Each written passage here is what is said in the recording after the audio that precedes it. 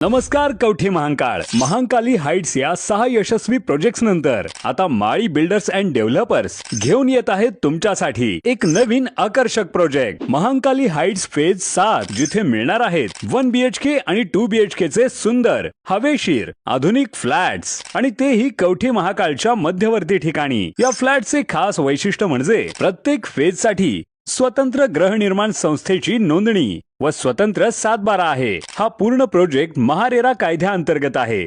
एक घर एक विश्वास तुमचं स्वतःचं घर। सॅम्पल फ्लॅट पाहण्यासाठी किंवा बुकिंगसाठी आता स्क्रीनवरील नंबरवर कॉल करा 86 25 85 18 00। महांकाली हाइट्स फेज 7 तुमच्या विश्वासाचं नवं नाव। राजकारण केवळ पैशाच्या जीवावर सुरू आहे। माजी मंत्री अजितराव घोरपडे सरकार उद्घाटन झालेल्या कामाचे बोर्ड नारळ रस्ते गायब झाले। प्रभाकर पाटलांचा गंभीर आरोप। मळणगाव येथे राष्ट्रवादीच्या उमेदवारांचा प्रचाराचा शुभारंभ। विरोधकांचे राजकारण केवळ पैशाच्या जीवावर सुरू आहे। निवडणुकीत योग्य माणसे निवडली तर योग्य होईल। सध्याच्या राजकारणात श्रेयवादाचे राजकारण सुरू आहे। मताचे अधिकार विकत आहात याचा सर्वस्वी विचार करा। याचे परिणाम वाईट आहेत। त्रास तुम्हालाच होणार आहे। विचार करून चांगल्या उमेदवारांना मतदान करा। भविष्य काळात निधी कमी पडून देणार नाही। योग्य माणसाची निवड तुम्हीच करावी असे परखड मत माजी मंत्री अजितराव घोरपडे सरकार यांनी व्यक्त केले आहे। देशिंग येथील जिल्हा परिषद गटाच्या राष्ट्रवादी काँग्रेस पार्टीच्या उमेदवार सुजाता निवास पाटील, मळणगाव पंचायत समिती गटाचे उमेदवार दिलीप झुरे, देशिंग पंचायत समिती गटाचे राष्ट्रवादीच्या उमेदवार प्रभावती माणिक निकम यांच्या प्रचाराचा शुभारंभ मळणगाव येथे माजी मंत्री अजितराव घोरपडे सरकार, महांकाली साखर कारखान्याच्या चेअरमन अनिताताई सगरे, राष्ट्रवादी काँग्रेस पार्टीचे युवा नेते प्रभाकर बाबा पाटील, भाजपचे तालुका अध्यक्ष उदय भोसले यांच्या प्रमुख उपस्थितीत करण्यात आला। यावेळी भारत डुबले, रजनीकांत पाटील, राष्ट्रवादीचे तालुकाध्यक्ष अरुण भोसले, सुहास पाटील, शिवसेना नेते संजय चव्हाण, दत्ताजीराव शिंदे, सुहास भोसले, पोपट जगताप, बाबूराव आटपाडकर, पांडुरंग पाटील यांच्यासह प्रमुख पदाधिकारी, कार्यकर्ते व नागरिक मोठ्या संख्येने उपस्थित होते। यावेळी माजी मंत्री अजितराव घोरपडे सरकार, अनिताताई सगरे, प्रभाकर बाबा पाटील यांची झालेली भाषणे आपण पुढे पाहूया। आपल्या भागातील बातम्या पाहण्यासाठी आमची न्यूज चॅनल सबस्क्राईब करा व फॉलो करा। मुख्य संपादक Kunal Kothawale, KK Marathi news network. या निवडणुकीत पुढच्या अनेक वर्षाचा पाया आपल्याला घालावा लागणार आहे। बंधूंनो, राजकारणात आपण नेहमीच भाग घेतो। अलीकडे राजकारण गतिमान झालंय। कशासाठी हा उपद्रव सगळा करत असतो आम्ही? राज्य यंत्रणेत राजकारणाच्या माध्यमातून काही धोरणं ठरवली जातात। धोरणं जनतेच्या हिताची, जनतेच्या मागणीप्रमाणे आणि भागाच्या विकासाची असावीत असा बोलबाला आहे, बोललं जाते, भाषणातून बोलतात। प्रत्यक्षात काय घडतंय याचं मूल्यमापन आता मतदारांनी करणं गरजेचं आहे। काही वेळेला मतदार हे खासगीत बोलताना म्हणतात ते अमकं झालं पाहिजे, तमकं झालं पाहिजे, हे केलं पाहिजे, ते केलं पाहिजे। पण केलं पाहिजे कुणी केलं पाहिजे? ज्यांच्या हातात तुम्ही मतदानातून सत्ता देताय त्यांच्याकडून तुम्ही अपेक्षा करत नाही हे केलं पाहिजे, ते केलं पाहिजे। कुठं आहे बिन दाव्याचं जनावर? कुणीकडे उधळत सुटले सपाटवर करून आणि दिलेले मतदान दिलेले लोक त्याच्याकडे बघत बसली। हा प्रकार किती दिवस थांबणार? बंधूंनो, आज कळकळीची विनंती तुम्हाला मी करतोय, जशी तुम्ही अपेक्षा करता की अशा पद्धतीचा विकास झाला पाहिजे। हा विकास ज्या राज्य यंत्रणेच्या हातात आहे त्या राज्य यंत्रणेचे अधिकार चालवण्यासाठी, अधिकार वापरण्यासाठी जे मतदान करावं लागते ते मात्र मतदान बरोबर नको त्या लोकांच्या पाठीशी आपण उभं करत चाललाय। याचे परिणाम निश्चितपणाने होणार, यात काही शंका नाही। देशाची आणि राज्याची सुद्धा अर्थव्यवस्था थोडी कमकुवत होत चाललेली आहे। शेवटी काय करणार? जर या विकासाला काही साधनं राहिली नाही तर मग निवडून येणारी लोक तरी काय करणार? आज इथं उभं राहिलं काही लोकांचा असा विचार असो की अजितराव घोरपडे करतील काय करायचं ते? एकट्या दुकट्या माणसाच्या हातून काही होत नाही। तुम्ही जर योग्य माणसं निवडली तरच हे सगळं तुमच्या मनातील अपेक्षा पूर्ण होणार। चुकीच्या लोकांच्या हातात तुम्ही जर अधिकार दिले, अपेक्षाच करू नका। या तालुक्यात या 5 वर्षात काय झालं याचं जरा थोडस अवलोकन करा. त्या कलेक्टर ऑफिस मध्ये जायचं. एक तासगाव तालुक्याचे आमचे मित्र त्याच टेबलला आहेत नेमकी. मंजूर कामाची यादी आणायची आणि जाहिराती चिटकवायला सुरुवात करायची. ते श्रेय घ्यायचं. श्रेयासाठीच राजकारण चाललंय आणि त्याला तुम्ही साथ देताय. आता काही लोक म्हणतील नाही आम्ही देत नाही. मला चांगलं माहिती आहे मळगावच्या ग्रामपंचायतीत सुद्धा काय झालं, कशी बिघडवली ग्रामपंचायत आणि काय काय केलं गेलं. केवळ पैशाच्या आधारावर होणाऱ्या राजकारणाला तुम्ही जर साथ देणार असला तर विकास कोणाला विचारणार तुम्ही? विकास पैशालाच विचारला पाहिजे. ही एकदा निश्चित धोरण ठरवून घ्या. माझं तर मत असं आहे की आज जवळजवळ 35 वर्ष तुमच्या पुढे उभं राहतोय. आता तुम्ही सुद्धा तुमच्या विकासाची दिशा ठरवली असेल असं मला वाटतंय, पण ते दिसत नाहीये. मग ग्रामपंचायतीचं झालं काहीच का केला? समोर चेहरे आहेत आता माझ्या, काय झालं काय नाही. आणि तुम्हाला माहिती आहे माझ्याशी खोटं बोलून चालत नाही. जसं अजित पवारांशी खोटं बोलून चालत नव्हतं तसं मला डिटेल बातम्या असतात.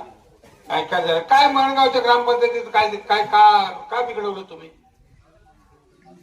आणि आता काय झालं. म्हणजे तुम्ही बिघडवणार आणि पुन्हा अजितराव घोरपड्यांनी हे निस्तारलं पाहिजे, म्हणजे झाडू घेऊन फिरलं पाहिजे स्वच्छ करत झाड. आणि हे किती वर्ष करणार? तुम्हाला एवढा पवित्र अधिकार मतदानाचा लोकशाहीच्या माध्यमातून एक प्रशासकीय यंत्रणा तुमच्या कामासाठी निवडण्याचे अधिकार दिले आणि तुम्ही ते अधिकार विकायला लागला. तो वर बसलेला भगतसिंगचा आत्मा काय म्हणत असेल याचा विचार करा. अरे काय वाईट काम मी करून आलो, कोणाच्या हातात राज्य देऊन आलो. माझा तर माझा जीव गेला, माझ्या प्रपंचाचा माझ्या घराघराचा सत्यानाश झाला आणि अधिकार कोणाच्या हातात दिले? जे पैसे घेऊन मत विकायला लागले सिनेमाच्या तिकिटासारखं, त्यांच्या हातात अधिकार देऊन मी वर आलो. काय मिळालं? एवढा रणसंग्राम करून काय मिळवलं मी? हे एकदा विचार करा तुम्ही. विचार करत कसं नाही हेच मला काय कळत नाही. कुणी कार्यकर्ता माझ्याकडे येऊन असं कधी बोलला नाही या 5-10 वर्षात की साहेब आमचं चुकलंय, पण आता इथनं पुढं काय आम्ही विचारात बदल करणार नाही, कामाच्या मागे राहू, असं मला कोणी सांगायला आलं नाही. कामाच्या मागे माझ्या मागे राहायचं माझं म्हणणं नाही. एखादं काम चांगलं झालं तर त्याच्या मागे राहायला पाहिजे. काय चाललंय हा प्रकार सगळा? आणि म्हणून तुम्ही जर मतदान योग्य दिशेने केलं तरच या तालुक्याची, या जिल्ह्याची, या राज्याची लोकशाही वाचेल. तर ते एकदा तुम्ही ठरवून घ्या आणि ठरल्याप्रमाणे पुढच्या काळात काम करा असं माझी तुम्हाला विनंती आहे. या पुढच्या काळात एक काम आपलं झालंय पाण्याचं. आता माझ्या मनात असं आहे की शेतकऱ्याची खऱ्या अर्थाने आर्थिक प्रगती होण्याच्या दृष्टीने, सामाजिक प्रगती होण्याच्या दृष्टीने एक पीक कोणतं तरी शाश्वत केलं पाहिजे. एक चांगलं पीक आपल्याला सापडलं होतं द्राक्षाचं, परंतु निसर्गाने गाला घातला आणि ते पीक आज नष्ट होण्याच्या मार्गावर आहे. जवळजवळ 60-70% बागा तुटल्या तासगाव आणि कवठेमंकाळमध्ये. म्हणजे ते एक उत्पन्नाचं साधन आज नष्टच झाले जवळजवळ. मग इथनं पुढच्या काळात एक पीक म्हणजे आता ऊसच राहिला फक्त. हे एक पीक शाश्वत केलं पाहिजे, हमखास त्याला संरक्षण मिळालं पाहिजे आणि त्यामधून प्रत्येक शेतकऱ्याचा प्रपंच उभा राहिला पाहिजे. पुढच्या पिढीच्या शिक्षणाची सोय झाली पाहिजे. किंबहुना पुढच्या पिढीला जर काही उद्योग उभा करायचा असेल तर त्यासाठी लागणाऱ्या अर्थार्जन मिळवण्याची सोय ही या ऊसाच्या पिकातून आपल्याला करावी लागणार आहे. याचं नियोजन कुठं होतंय या बाबतीत काही विचार पाचार तुम्ही करणार आहे का नाही? मला येऊन मला विचारायचं होतं साहेब काय काय करायचंय आता? काही नाही, फक्त निवडणुकीपर्यंत वाट बघता. दुर्दैव आहे पण मी बोलणारच, मला अडवू शकत नाही कोणी. मताचा दर विचारून मतदान करायला लागली लोक. काय वाटत असेल आमच्या जीवाला? याचा जरा विचार करा. अरे कुठं फिरणार आहे? ते भगतसिंग जवळ का कुणाजवळ? अशी माणसं ज्यांनी स्वातंत्र्य मिळवून दिलं, स्वातंत्र्य मिळालं म्हणून आज या ठिकाणी उभं राहून मत या बाजूला द्या हे सांगायची संधी मिळाली. ती संधी सुद्धा मिळाली नसती, ब्रिटिशांच्या बुटाच्या टाचाखाली रगडून रगडून मारले असते. विसरली लोक. आज आमच्या हाताने जिल्हा परिषद निवडायची आहे. जिल्हा परिषद मधून या भागातील निरनिराळे कामं, रस्ते, शाळा, दवाखाने, बंधारे ही कामं पूर्ण करायची आहेत. ही कामं फक्त पाहिजे, पण ते करण्याचे अधिकार ज्यांच्या हातात द्यायचे आहेत. एक प्रामाणिक प्रयत्न मतदान द्यायचा ते सुद्धा जर तुमच्या हातनं होत नसेल तर मग आम्ही काय करणार आहे? मी एकटा मतदान देऊ शकत नाही. बसलेले सगळ्या तमाम मळणगावच्या लोकांच्या मतदानावर हे निवडणूक होणार आहे आणि त्यामधून प्रतिनिधी निवडला जाणार आहे आणि मग ते जिल्हा परिषदेत जाऊन किंवा विधानसभेत जाऊन धोरण आखणार आहेत आणि त्या धोरणाप्रमाणे निधी उपलब्ध करून ते काम पूर्ण होणार आहे. ही पद्धत मी नाही निवडलेली. ही पद्धत ज्या दिवशी या देशात लोकशाही मान्य केली त्यावेळेलाच ही निवडली गेली. याला बऱ्याच लोकांचा विचाराचा खच लागला होता आणि त्यांनी ती निवडली.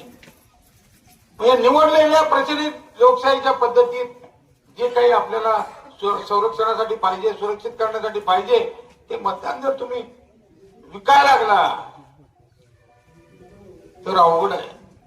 परवा नगरपालिकांच्या निवडणुका झाल्या. विटे शहरात झालेल्या निवडणुकीच्या मताचा दर 10,000वर गेला. हाय कोणाची हिंमत 10,000 द्यायची? कशासाठी? काय करायला लागलं? हे का बोलतोय मी मला माहितीये. काही लोकांना वाईट वाटणार आहे. इलाज नाही माझा सुद्धा. सहन करून करून आता नरड्याला आलंय. आता होत नाहीये. आमच्या डोळ्यात देखत आमच्या काही सहकार्यांचे हिंमत खचायला लागली. आता जवळजवळ 10-12 लोकांना मी बोलवून निवडणुकीत उभं करण्याचा प्रयत्न केला. काय म्हणले, तुम्ही गाव झाडायला सांगा, सकाळपासून संध्याकाळपर्यंत गाव झाडतो, पण मत मागायचा आमच्यावर काही जबरदस्ती करू नका, आमच्या हातनं होणार नाही. काय पुजारी बरोबर आहे का नाही? ही वेळ बोलायची लोकांच्यावर कुणी आणली? मतदारांनी आणली. वाईट वाटते ना मी ओरडल्यावर. आणि तुम्ही केल्यानंतर आमच्या पोटात का आकडा होतो त्याचं काय करायचं? आणि म्हणून मग हे जरा सोडा कुठंतरी. आता जे जे शब्द देऊन जे जे खरे करतात अशा तरी संघटनेच्या माग आपलं मतदान देणं हे गरजेचं आहे. नाहीतर मग काय होणार आहे पुढं?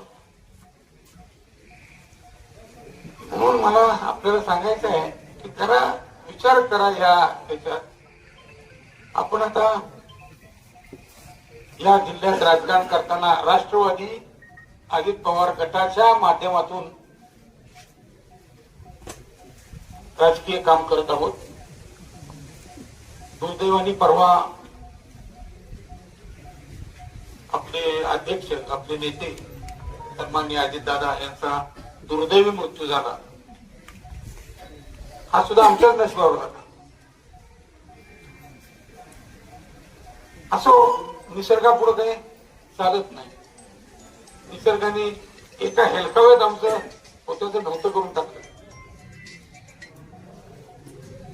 परंतु माझ्या आयुष्यात ही वेळ दुसऱ्यांदा. एकदा राजाराम बापू गेले त्यावेळेला आणि आता हे अजितदादा गेले. मला प्रत्यक्ष टीव्हीवर बातमी येईपर्यंत वाटत होतं की आता बातमी येईल की यातून अजितदादा वाचले, पण तसं झालं नाही. आणि आमच्या नशिबावर कुऱ्हाड पडली. असो, या सुद्धा संकटातून हिमतीने उभं राहू आणि बाहेर निघू आणि लोकांच्या विकास हा सगळ्यात महत्वाचा आहे. लोकांच्या विकासाचं स्वप्न पूर्ण करण्यासाठी झटूया.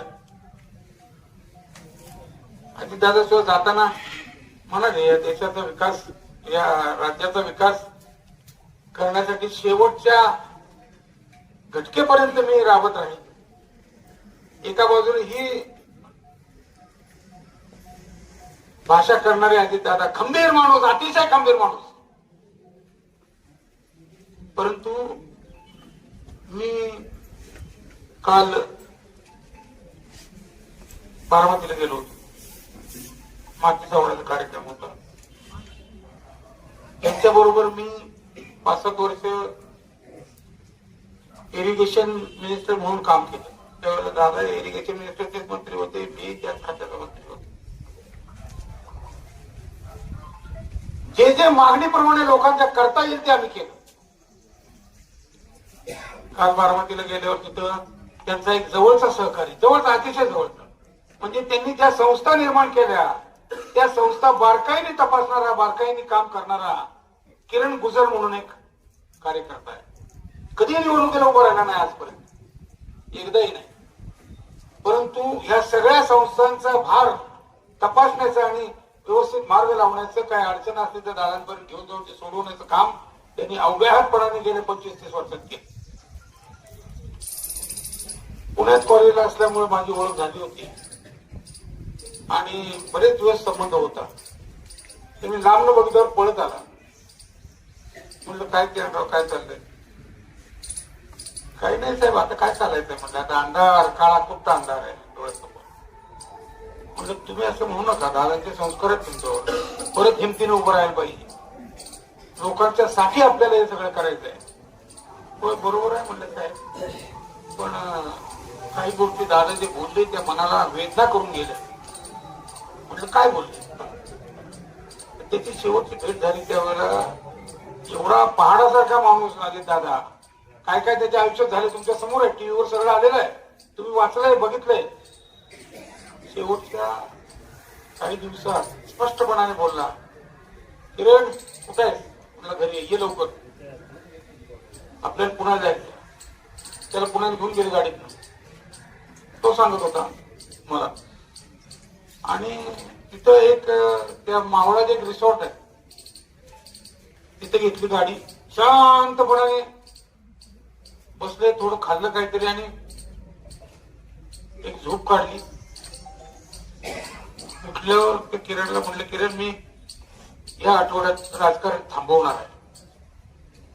थांबवणार आहे म्हणजे काय करणार आहे दादा? म्हणते बटन दाबून अंधार करणार आहे का काय? थांबवणार आहे म्हणजे काय करणार आहे? नाही, मी आता राजकारणापासून जरा बाजूला होणार आहे. म्हणजे दादा काय बोलायला लागला तुम्ही? अहो तुमच्यावर आधारित किती लोक आहेत, का लोक बघितली? बारामतीची गर्दी बघितली? ही गर्दी अपेक्षित धरून किरण बोलत होता की दादा तुम्ही हे बोलून तुमच्या तोंडात मी ऐकलं तर ठीक आहे, पण आणि कुणी ऐकलं तर त्याचा आधार तुटेल, हे बोलू नका. नाही किरण, आता सहन होत नाही. काय सहन होत नाही तुम्हाला? पिंपरी चिंचवड सारख्या ठिकाणी माझ्या घरातल्या व्यक्तीला पाडलं निवडणुकीत. काय कमी केलं होतं मी? आणि त्यांनी काहीही कमी केलं नव्हतं, याचा साक्षीदार अजितराव घोरपडे सुद्धा आहे. एकदा जाऊन बघून या काय कामं केली. एवढा मोठा प्रचंड कामाचा डोंगर उभा करून सुद्धा जर जनता पाडणार असेल तर मग राजकारणात भाग घ्यावा का नाही घ्यावा? आणि त्यांनी बोलले जे मी बोलतो नेहमी, मला उमेदवार पाडल्याचं दुःख नाही, पण उमेदवार पैसे घेऊन पाडले याचं दुःख मला आहे. बिन पैशाचा पाठीवर हात टाकून सांगितलं असतं की दादा तुमच्या कामाची पद्धत आम्हाला मान्य नाही, आम्ही मदत देणार नाही, मी पाठतो पटले असते. कुणीतरी एखादा भेटला मला, पण ते नाही केलं. गपचूप अंधारात व्यवहार केला आणि माझी पार्टी पाडली. हेच घडलं बारामतीत सुद्धा. म्हणजे एवढा खंबीर कठीण माणूस तो सुद्धा वितळला या मतदारांच्या कृतीमुळे. मग ही माणसं वितळवण्याची कृती तुमची भट्टी तुम्ही बंद करणार आहे का? एक एक घालत राहणार आहात सरपण घातल्यासारखं. किती दिवस, किती माणसं मारणार, किती माणसं मारणार तुम्ही? कधीतरी थांबणार का नाही?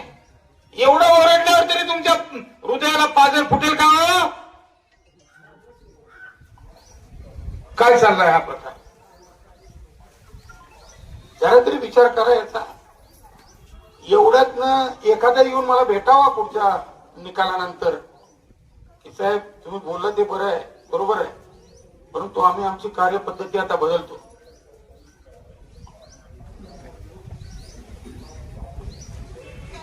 एका निवडणुकीत तर मी असा प्रकार बघितला. आता हा सांगणं थोडं माझ्या स्वभावाप्रमाणे नाही आहे, पण मी बोलणार, मी सोडणार नाही. आता मी बोलतच राहणार पुजारी, बोलतच राहणार. माझा आवाज कोणी थांबवू शकणार नाही. एका निवडणुकीत एका जरा महत्वाच्या मोठ्या कार्यकर्त्यांनी मला सांगितलं, साहेब लई त्रास व्हायला लागलो. म्हणजे काय झालं? अहो आता 7:15 झाले, फक्त 15 मिनिटं द्या झाली, फोन यायला लागले. म्हटले अजून काय पोचलं नाही मटेरियल.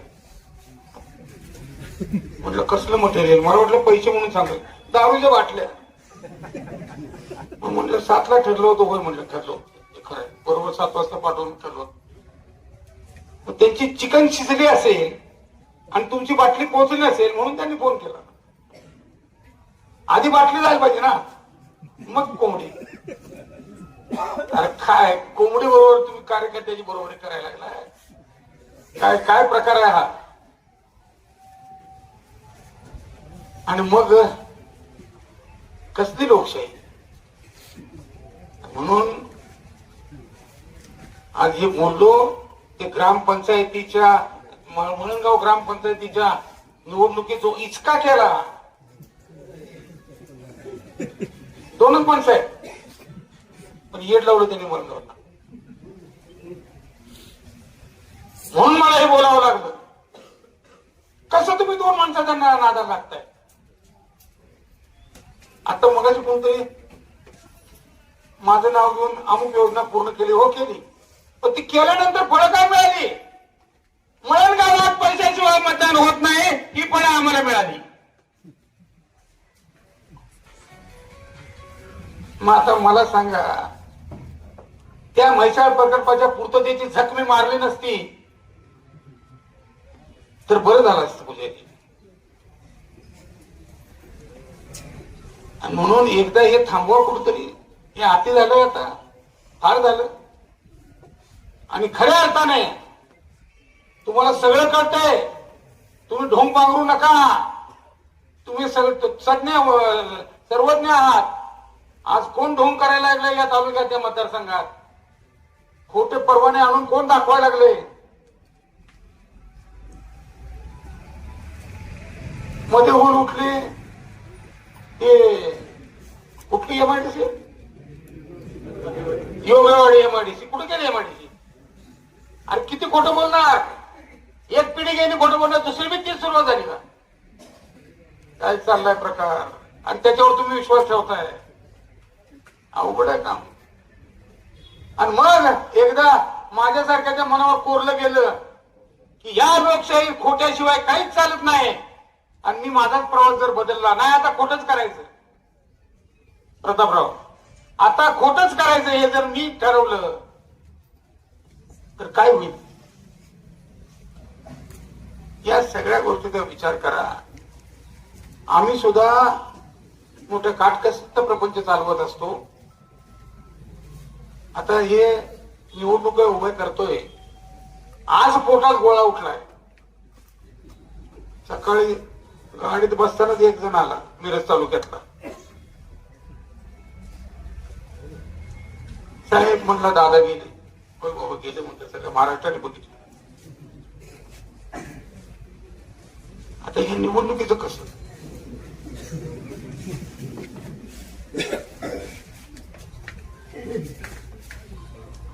मताचं दुखणं बाजूला राहिलं, हिशोबाचं दुखणं आधी पुढं आलं. पूर्ण राजकारणात पैशावर गेलेलं आहे, पूर्ण राजकारण. कुणी घालवलं? प्रशासनाने घालवलं, नेत्यांनी घालवलं, जनतेने घालवलं. कुठं आणलं? कुठं ते मिठाचा सत्याग्रह करणारे दांडी यात्रे महात्मा गांधी, आणि कुठं हे पैसे घेऊन मत देणारी पिढी? कुठं फेडणार आपण हे? मला तर उलट असं म्हणायचं आहे की ह्या पिढीला तर आता सांगायलाच पाहिजे, बाबा नो याच्यापासून बाजूला व्हा. हे पोळते भाजतंय, हे चटके देतंय. अशीच पाळी आलेली आहे. आता हे बोलून कुणाची आशेची दुर्दशा करण्याचा माझा उद्देश नाही, परंतु एवढ्या धोक्यात कोणाला तरी घालून कोणाच्या तरी आयुष्याची होरपळ करणं हे तरी काय बरोबर आहे का? बघा, नाहीतर आता एक एक माणूस बाजूला येत्या 6 महिन्यात वर्षात म्हणा एवढ्या ग्रामपंचायती झाल्या, त्या प्रत्येक ग्रामपंचायतीला गावातून लोक यायचे, साहेब त्या अमक्याला उभं राहायला सांगा. म्हटलं त्याला उभं राहायला मी सांगू? त्याची इच्छा नाही, नाही अजिबात नाही, ती उभं राहायला तयारच नाही. का हो? नाही ती भ्यायला लागले. कशाला भ्यायला लागले? महात्मा गांधीला भ्यायला लागले? कशाला भ्यायला लागले? काय परिस्थिती आहे? नको सांगितलं ना तुम्हाला, तो गाव झाडतो म्हणला रोज साहेब तोंडात एक शब्द काढला तर पायताना मारा, पण मतं मागायला आम्हाला लावू नका. ही परिस्थिती आज लोकशाहीत आली.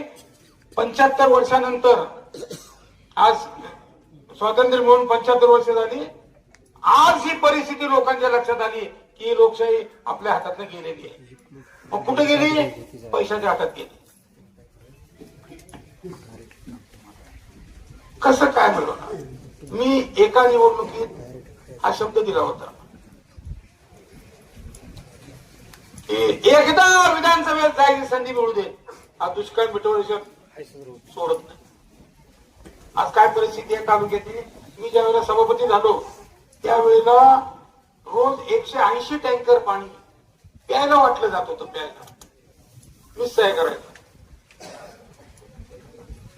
आज प्यायच्या पाण्याचं तर दादात मिटलेलीच आहे, परंतु तालुक्यात जवळजवळ 3 लाख एकराच्या आसपास ऊस असतो.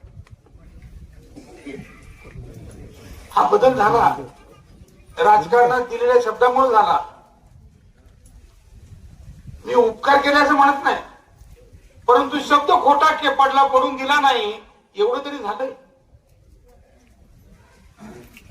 मग आता एवढं झाल्यानंतर सहानुभूती ठेवण्याच्या ऐवजी आणि रेट वाढवून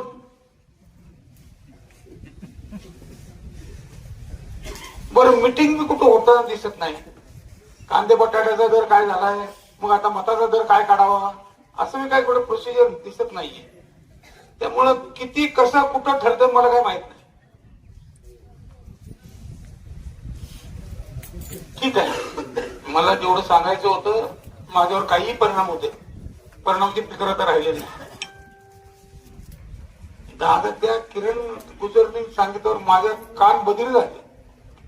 म्हणजे एवढा खंबीर माणूस एवढा हबकला, एवढा पागळला, म्हणजे लोकशाहीचे चटके किती मोठे आहेत. आणि म्हणून पुढे आपली अवस्था काय होणार या भीतीने मला ग्रासलं. असो बंधूंनो, अतिशय परखडपणाने तुम्हाला वाईट वाटणार आहे, तुम्हाला ते लागणार आहे, ते बोलायला नाही पाहिजे होतं. बोलणारच, कसल्याही परिस्थितीत बोलणार. सगळ्या चुका पोटात घेण्याचं काही मक्ता घेतलेलं नाही. आणि दुसरं एक सांगतो आता शेवटचं, तुम्ही सरळ तर आम्ही सरळ, नाहीतर असली सत्ता भोगण्याची आम्हाला इच्छा राहिलेली नाही, स्पष्टपणाने सांगतो. आणि म्हणून याच्यात विचार करा. आणि कुठं कुठं काय काय झालंय. आता एका पार्टीकडे आमच्यातल्या भरपूर पैसा आहे, तोही पैसा उद्यापासून बहुतेक बंद होईल असं मला वाटतं. म्हणजे निरोप मिळाला मला की आता सगळं सरळ होईल. कारण दादा गेले, आता राहिले त्यांच्या हातात काही नाही राहिलेलं. त्यामुळे बहुतेक उद्यापासून ते बंद होईल असं वाटतंय. बघूया आता त्यात आणि कोण तिसरा भेटला तर मग काय सांगता येत. तर या सगळ्या गोष्टीचा विचार करा, नाहीतर एखादं गावातलं काम सांगायला सुद्धा माणूस मिळणार नाही तुम्हाला. सरपंच व्हायला उमेदवाराला माणूस मिळणार नाही. गाव कोण चालवणार याचा काही विचार कधी केलाय? आणि का त्यांनी करावं एवढं हाला पेस्टा सोसून तुमच्याकडे मतं मागायची आणि पुन्हा मतं मिळाल्यानंतर ही गद्दारी, म्हणजे मतातच गद्दारी देताना हे होऊ नये एवढी माझी कळकळीची विनंती आहे. आता याच्यावर देशाचं भवितव्य आहे बघा. मळणगावचं तर आहेच आहे, कवठेमंकाळ तालुक्याचं पण आहे आणि देशाचं पण आहे. तर तुमच्या हातात सगळं आहे. शेवटची विनंती करतोय, विनंती खाली वाकून, की हे एवढं करू नका पाप आता इथलं पुढच्या काळात. सो मगाशी मी सांगितलं आपण आता राष्ट्रवादी पक्षाबरोबर राजकारण करतोय. दादाच्या कर्तृत्वामुळं, दादाच्या सहवासामुळं, दादांच्या आपुलकीमुळं राष्ट्रवादी पक्ष धरावा लागला. कारण दुसरं कुठं काय सुचिन्ह दिसत नव्हतं. म्हणून मग काही लोकांची चर्चा करून तिकडे प्रवास सुरू केला. एक चांगलं नेतृत्व होतं, भरपूर मदत आपल्याला झाली असती, कारण आपली कामही तशीच असतात. परंतु ते काळाने हिरावून नेलं. आता दुपारी शपथविधी होणार आहे 5 वाजता. त्यांच्या सुविद्य पत्नी पार्टीचे अध्यक्ष होतील आणि उपमुख्यमंत्री होतील. काही काळजी करू नका. या परिस्थितीत सुद्धा मार्ग काढण्याचं मी तुम्हाला आश्वासन देतो. परंतु आता पूर्वीची उधळपट्टी नाही होणार. आपण काही वेळा काही नेत्यांना नावं ठेवतो, ते हे बघा काय यांनी काय केलंय. अरे त्यांनी काय केलं हे आज मोजायला लागलास. त्यांचं मागच्या 2 वर्षात काय झालं ते मोजकी. 2 निवडणुका त्याचा खराटा फिरला घराचा खरास. मग त्यांनी तुझ्यासाठी घराचा खराटा फिरून घ्यावा हीच तुझी अंतिम इच्छा.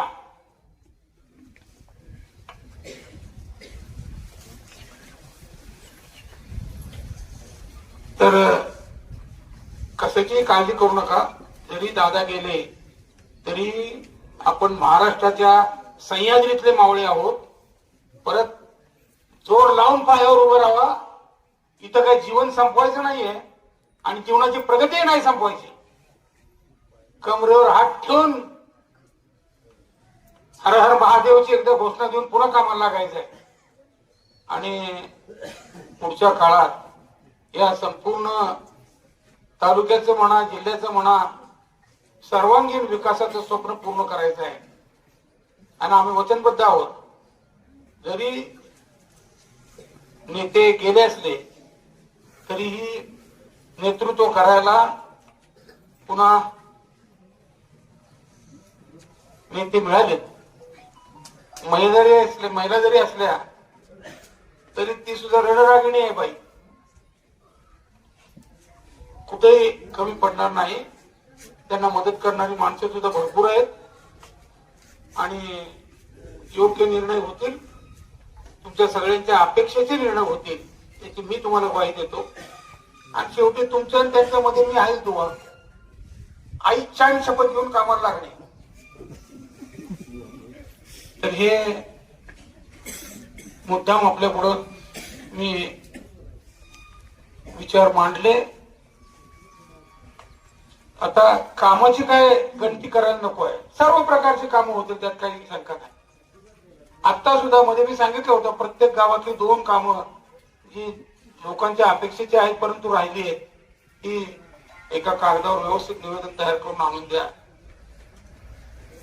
एकही कागद आला नाही. मग मी विचारलं काही लोकांना, कागद एक बी आला नाही, काय भानगड? नाही साहेब काय नाही, तुम्ही रेट भरपूर काढणार आहे म्हणून ती काय कागद आला नाही.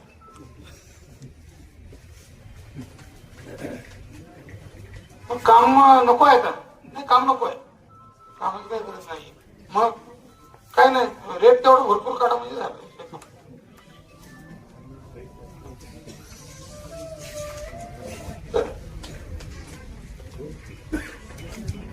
कामाची पूर्तता नक्कीच करू. आता मला वाटतंय एकाही गावाला पिण्याचा टँकर चालू नाही आणि ज्या नवीन योजना जाहीर केल्या होत्या, नळ पाणी पुरवठा, नळ अगदी घरापर्यंत, त्याही बरोबर जवळजवळ सगळ्या चालू आहेत. काही घोटाळे आहेत मक्तेदारांच्यामुळे झालेले, तेही दुरुस्त करू. हे निवडणूक झाले दुरुस्त करू, ते काही काळजी करायचं कारण नाही. आणि प्रशासकीय त्यात अशी माणसं आम्ही आणू बरोबर की जी मन लावून खऱ्या दिलाने काम करतील आणि तुमच्या सगळ्यांच्या अपेक्षा पूर्ण करतील. असो, मला जे काही बोलायचं होतं ते मी बोललोय. एवढं बोलल्यानंतर आपण जरा सहानुभूतीने विचार करायचा आणि एकदा आम्हाला या जिल्हा परिषदमध्ये माणसं पाठवण्याची आणि त्यांच्या मार्फत कामं करून घेण्याची संधी द्या. मी तुमचे हे उपकार विसरणार नाही. ही वेळ आमच्या पार्टीच्या दृष्टीने, व्यक्तिगत माझ्या दृष्टीने अतिशय महत्वाची आहे. ही निवडणूक आम्हाला जिंकावीच लागेल. मग आता पैशावर जिंकायची का शक्तीवर जिंकायची, तेवढाच फक्त प्रश्न आहे. तर ते आता तुम्ही सगळ्यांनी सहकार्य देऊन एवढं मतदान घडवून आणा. आता मी प्रत्येक घरापर्यंत काही जाऊ शकत नाहीये, फार मोठा आकडा आहे घरांचा. त्यामुळं आज जे काही इथं बोललो जरा लोकांच्या पर्यंत पोहोचवा आणि कुठेतरी आम्ही नसताना वडाखाली बसून मिटिंग घ्या एखादी. तो आपण खरंच काय करायला लागलो, चुकायला लागले का आपलं, काय करायला पाहिजे हे एकदा बसून ठरवा आणि लोकशाही टिकवण्याची, लोकशाही जिवंत ठेवण्याची शपथ घेऊन या निवडणुकीत मतदान करा. आमच्या पक्षाला प्रचंड मताने विजयी करा. तुमची कुठलीही गरज शिल्लक राहणार नाही एवढं मी आता अभिवचन देऊन थांबतो. परिषदच्या निवडणुकीच्या निमित्तानं आजपर्यंत जे थांबलेला विकास होता त्या विकासाला गती देण्यासाठी सरकार असतील, समितदादा कदम असतील, संजय काका असतील, भाजप असेल, या सर्वांनी एकत्रित येऊन आम्ही उमेदवार उभे केलेले आहेत. आमचा एकच हेतू आहे की ह्या तालुक्याचा सर्वांगीण विकास झाला पाहिजे. आपली जी आता उमेदवार आपण उभे केलेत सगळे अभ्यासू आणि समाजासाठी वेळ देणारे आणि समाजाभिमुख असले.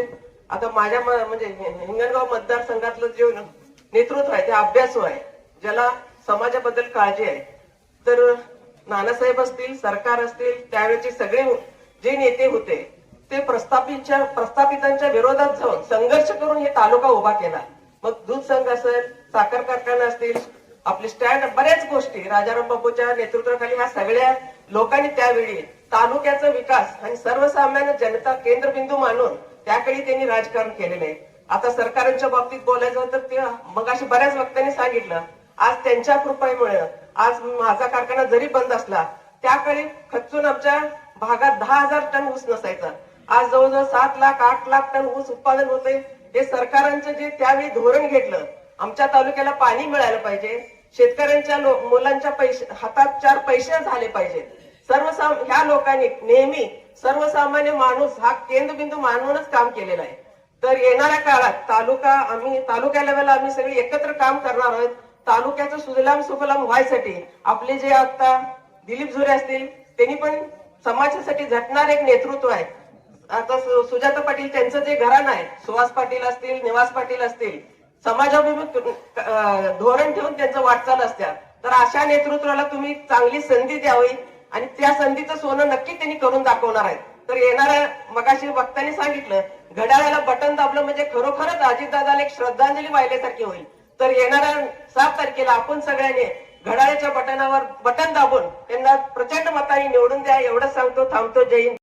आज आपल्याला सांगितलं की कशा पद्धतीनं ही निवडणूक आपल्या सर्वांसाठी महत्वाची आहे. मधल्या काळामध्ये जिल्हा परिषद पंचायत समितीच्या निवडणुकीला थोडस वेळ निघून गेला. 2-3 वर्षी ही निवडणूक पुढे गेली. विधानसभेची निवडणूक, लोकसभेची निवडणूक पहिल्यांदा झाली, विधानसभेची निवडणूक झाली आणि त्याच्यानंतर 1 वर्षाचा गॅप ठेवून या निवडणुका आज पार पडतायत. ही निवडणूक आपल्या सर्वांसाठी अतिशय महत्वाची अशी निवडणूक आपण याच्याकडे बघितलं पाहिजे. कारण विधानसभेला आपला पराभव झाला, त्याच्यानंतर वर्षभराचा कालावधी निघून गेला. मात्र या तालुक्याचा विकास होताना आपण सगळेजण कुठेतरी पाहिलेलं आहे की विकास होत नाही आहे. या तालुक्याचं इतकी दयनीय अवस्था या तालुक्याची झालेली आपण सगळेजण पाहतोय. 1 वर्ष लुटून गेला. या तालुक्यामध्ये आश्वासनं प्रचंड मोठ्या प्रमाणात विधानसभेच्या आधी दिली गेली होती. मात्र ती आश्वासन कोण पाळताना आत्ताच्या काळामध्ये दिसत नाही.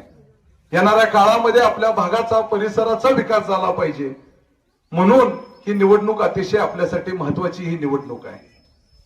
ज्यांना विधानसभेला आपण मताधिक्यानं निवडून दिलं ती माणसं आज कुठेतरी आपल्याला विसरताना आपण सगळेजण पाहतोय. मात्र आपल्या या भागाचा विकास करायचा असेल, आपल्याला आपल्या तळागाळापर्यंत शासनाच्या योजना पोहोचवायच्या असतील, तळागाळापर्यंत लोकांचा गड बांधायचा असेल, सर्वसामान्य कुटुंबातील लोकांची कामं व्हायची असतील, तर हे सगळे उमेदवार जे आपण दिलेले आहेत त्यांना तुम्ही निवडून देणं फार महत्वाची गरज आहे आणि काळाची गरज आहे असं म्हणावं लागेल. निश्चितप्रमाणे मगाशी सगळ्या वक्त्यांनी सांगितलं उमेदवार अतिशय चांगले आहेत. सर्वसामान्य कुटुंबातून आलेली ही सगळी माणसं आहेत. सर्वसामान्य शेतकरी, सर्वसामान्य लोकांचे प्रश्न जाणणारी ही सगळी उमेदवार लोक आहेत आणि निष्ठावंत म्हणून ज्यांनी अनेक वर्ष या ठिकाणी सरकारांच्या बरोबर काम केलेल्या अशा सगळ्यांना या ठिकाणी उमेदवारी, अतिशय चांगले उमेदवार म्हणून त्या ठिकाणी उमेदवारी दिलेली आहे. आपण बघतोय अपोजिट साईडचे उमेदवार बघितले, पलीकडचे विरोधकांचे उमेदवार बघितले. मगाशी भारत काकांनी, मी त्याच्या फारसं खोलात जात नाही कारण कार्यक्रमाला बराच उशीर झालेला आहे. अनेक ठिकाणी अनेकांना, सरकारांना असेल, काकींना असेल, मलाही प्रचाराला अनेक ठिकाणी जायचं आहे. उमेदवार देत असताना तिकडच्या विरोधकांनी दिलेले उमेदवार आणि इकडं सरकारने दिलेले उमेदवार आज आपण बघू शकतो जमीन आसमानचा फरक या ठिकाणी उमेदवारांच्या मध्ये. सर्वसामान्य कुटुंबातल्या लोकांना न्याय दिला पाहिजे, लोकांची कामं झाली पाहिजे हा विचार डोळ्यापुढे ठेवून आदरणीय सरकार असतील, अनिता काकी असतील, काका असतील, भारतीय जनता पार्टी असेल, या सगळ्यांनी मिळून या ठिकाणी उमेदवार दिलेले आहेत.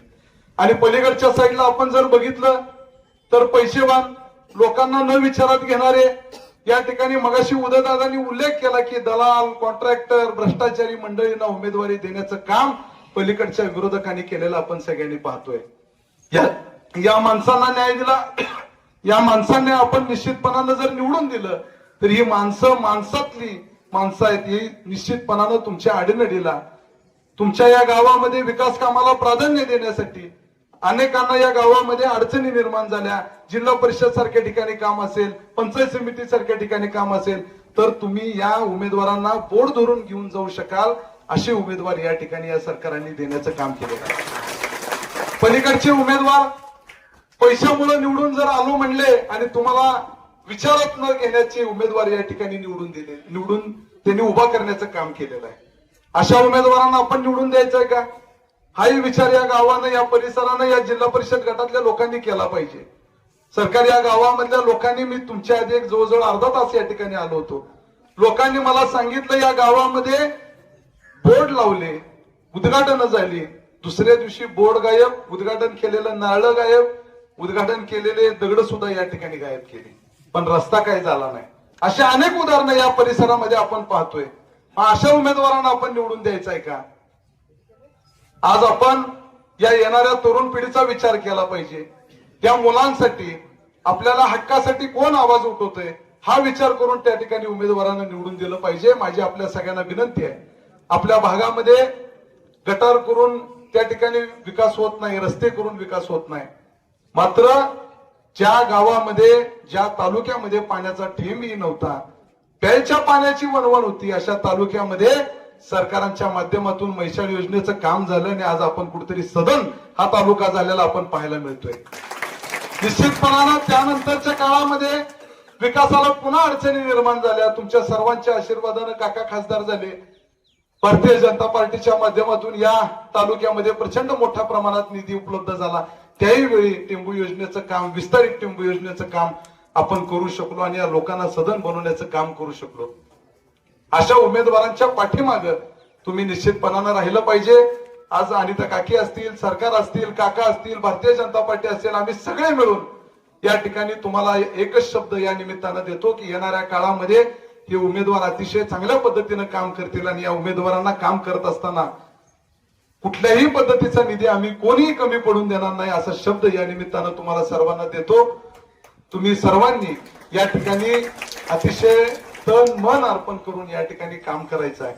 ही सगळी माणसं 5 वर्ष तुमच्यासाठी अहोरात्र झटणारी माणसं आहेत. आज तुम्ही एक त्यांच्यासाठी 5 ते 7 दिवस वेळ काढण्याची गरज आहे. आपण आज अहोरात्र कष्ट करूया, या ठिकाणून चांगल्या मताधिक्याने या माणसांना निवडून देऊया. मी तुम्हाला आश्वासन देतो की ही जर उमेदवार निवडून आल्यानंतर कुठं चुकले तर त्यांची कान धरण्याची जबाबदारी सरकार आणि काकांची आहे. मात्र तिकडच्या उमेदवारांना तुम्ही जर निवडून दिला तर त्यांचं कानही धरणारे कोण नाही आणि त्या ठिकाणी त्यांना उलट चुकीचं काही काम करत असतील तर प्रोत्साहन दिलं जाईल एवढी मला त्या ठिकाणी खात्री आहे. आपण सर्वजण अतिशय चांगल्या मताधिक्यानं या सर्व जिल्हा परिषद आणि पंचायत समितीच्या उमेदवारांना निवडून द्यावं. आपल्या सगळ्यांना माझी विनंती राहील की आपण यांना निवडून दिल्यानंतर हक्कानं त्यांच्याकडून काम करून घ्यावीत एवढी आपल्याला सगळ्यांना विनंती करतो. आपण सगळेजण उपस्थित राहिला त्याबद्दल मला खुश खबर. मूळ व्याधीचे आधुनिक उपचार आता आपल्या कवठेमहांकाळ शहरामध्ये उपलब्ध. सुविधा आधुनिक लेझर मशीन, दुर्बिणीतून तपासणी, ऍडमिटची गरज नाही. पोट विकार, गुद्ध विकार यावर आयुर्वेदिक उपचार व सल्ला. मूळ व्याधी, शर, भगंदर, पायलोनायडल, सायनस यावर लेसर व आयुर्वेदिक खात्रीशीर उपचार. हार्निया, अपेंडिक्स, कान, नाक, घसा व स्त्रीरोग चिकित्सा, गर्भाशय काढणे इत्यादी सुविधा आता आपल्या कवठेमहांकाळ शहरामध्ये डॉक्टर आलमगीर मुजावर यांच्या आशीर्वाद हॉस्पिटलमध्ये उपलब्ध. आमचा पत्ता दत्त मंदिर, जुना Agalgaon road, Kolekar petrol pump शेजारी, कवठेमहांकाळ.